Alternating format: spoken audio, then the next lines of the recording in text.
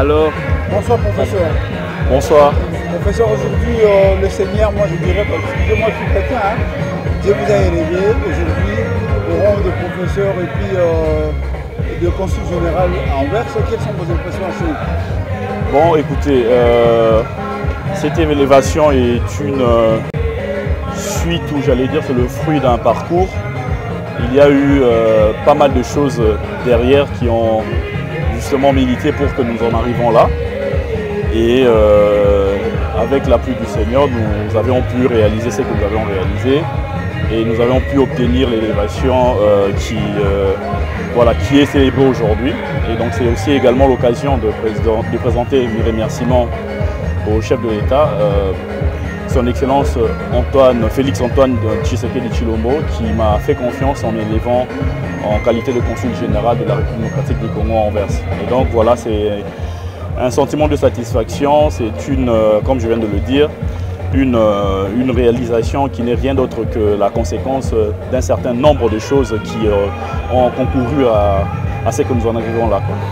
En tant que consul général à Anvers, quelles sont vos missions principales?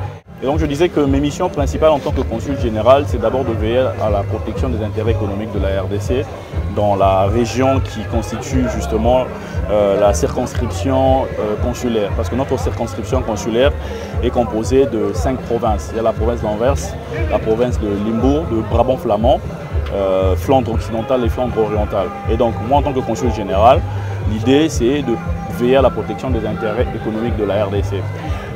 Une autre mission en tant que consul général, c'est d'apporter ou encore d'accorder la protection consulaire aux compatriotes congolais qui sont dans notre circonscription. Alors, d'un point de vue aussi administratif, mais d'un point de vue administratif, j'allais dire, mes autres missions, c'est notamment d'accorder des passeports aux Congolais qui en ont besoin, de pouvoir également faire la légalisation des actes d'état civil et d'accorder des visas aux étrangers qui répondent aux conditions pour venir en RDC. Voilà globalement la synthèse de mes missions en tant que consul général de la RDC à Anvers. Et je tiens juste à rappeler que ce poste consulaire vient de rouvrir. Il a été fermé depuis quelques années et donc maintenant on repart sur justement des missions qui s'inscrivent dans la vision du chef de l'État. Voilà. Autant des milliers de jeunes en RDC, le choix a été porté sur vous. Pourquoi seulement ça et selon vous? Alors, le choix a été porté sur moi. Pourquoi? Bon, c'est comme on l'a dit tout à l'heure, j'ai un parcours qui parle en ma faveur. Je ne suis pas venu comme un cheveu dans la soupe. J'ai tout un background, j'ai eu un parcours élogieux, si on peut le dire ainsi, en tout cas pour rester aussi modeste. J'ai évidemment mené des recherches dans ce domaine, c'est-à-dire moi, au-delà du fait que je suis consul général, le consulat général, ou si vous voulez, mes missions, c'est vraiment des missions qui rentrent dans le cadre de droit, du droit consulaire. Et donc moi, je suis juriste internationaliste, et plus spécifiquement, je fais du droit international public. Et donc, le droit consulaire est une branche du droit international public.